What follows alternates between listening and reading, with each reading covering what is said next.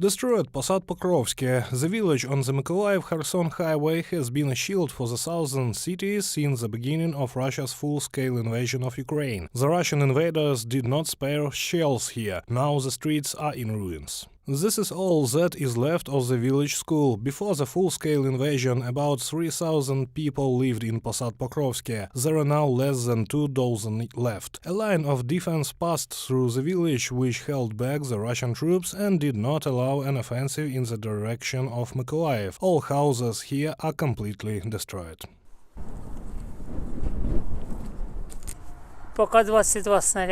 Until 22 shells were fired in our kindergarten there, they will not come down. Then, starting from 3 o'clock to 4 o'clock, they are extinguished. And every day, how did I survive? Like a gopher. Do you know what a gopher is? Only he is in a mink, and I'm in the basement. Working in the garden, I look the dogs run into basement. I throw the hoe and go there myself. It's like a dog's barometer. They feel better than humans, I'm serious. And so I was very lucky.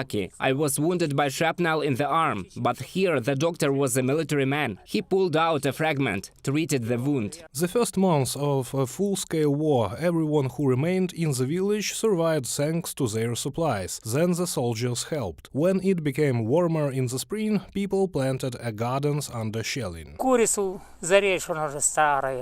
I slaughtered a chicken. It was already old. There were eggs, a bucket of eggs a week. We eat almost cackle by now, you know. And so the soldiers, I took a bucket of eggs to them. And they give us cereals, pasta, tea, canned food. We lived like kings for a whole week. Thanks to the soldiers, thanks to them. Until death I will not forget their kindness. I don't regret staying. 3 times I saved both neighbors' house and mine. They were on fire. They bombed on purpose in the evening in order to strike terror with these incendiary ones. It falls to the ground and burns. If you put it out, it burns even more. He knocked down these lighters in a row. What if I didn't was here?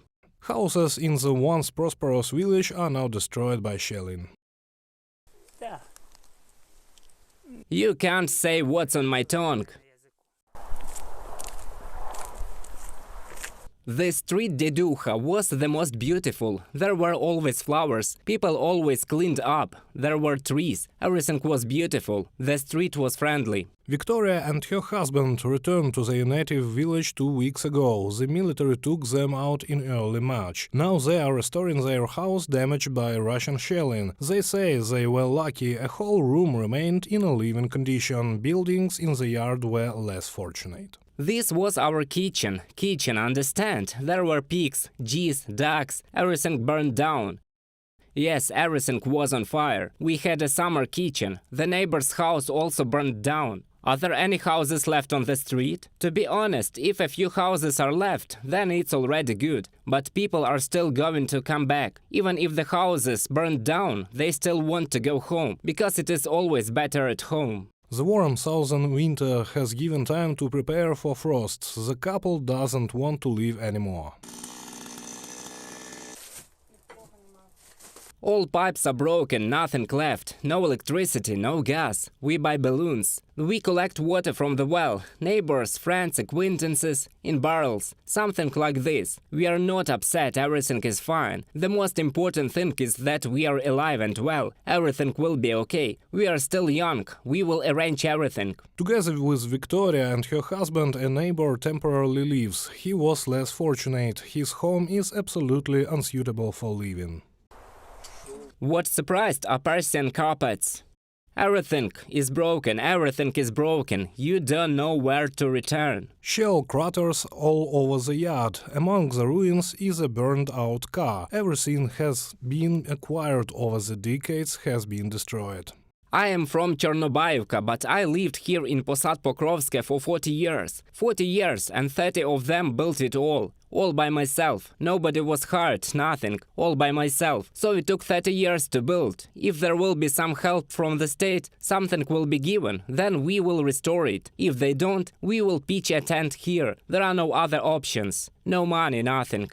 You can walk around the village only on a few well-trodden roads. The sappers checked the main ones, in the surroundings a lot of shells. Phosphorus was mostly on the Kherson side. That part of the village was sprinkled with phosphorus. There were Grad and Uragan launchers. Cassettes were flying keen. Tornadoes could hit. S-300. Everything you want. There is a huge arsenal here. You can find anything you want on the ground if you crawl around. They used howitzers, tanks. The Ukrainian military firmly held their positions. The village has never been under occupation. Oleg volunteered from the first days of a full-scale war. He says that initially he helped the soldiers, now he delivers humanitarian aid to local residents. No one here was ready for it. No food, no water. In order for the tank to enter the position to work, there was not even diesel fuel. The whole village collected diesel to a tank. Well, the capacity of the tank is 300 liters. In order for it to go out to work for 100 kilometers, 300 liters of diesel fuel. Collected from captured equipment, ammunition pulled out, brought to the guys.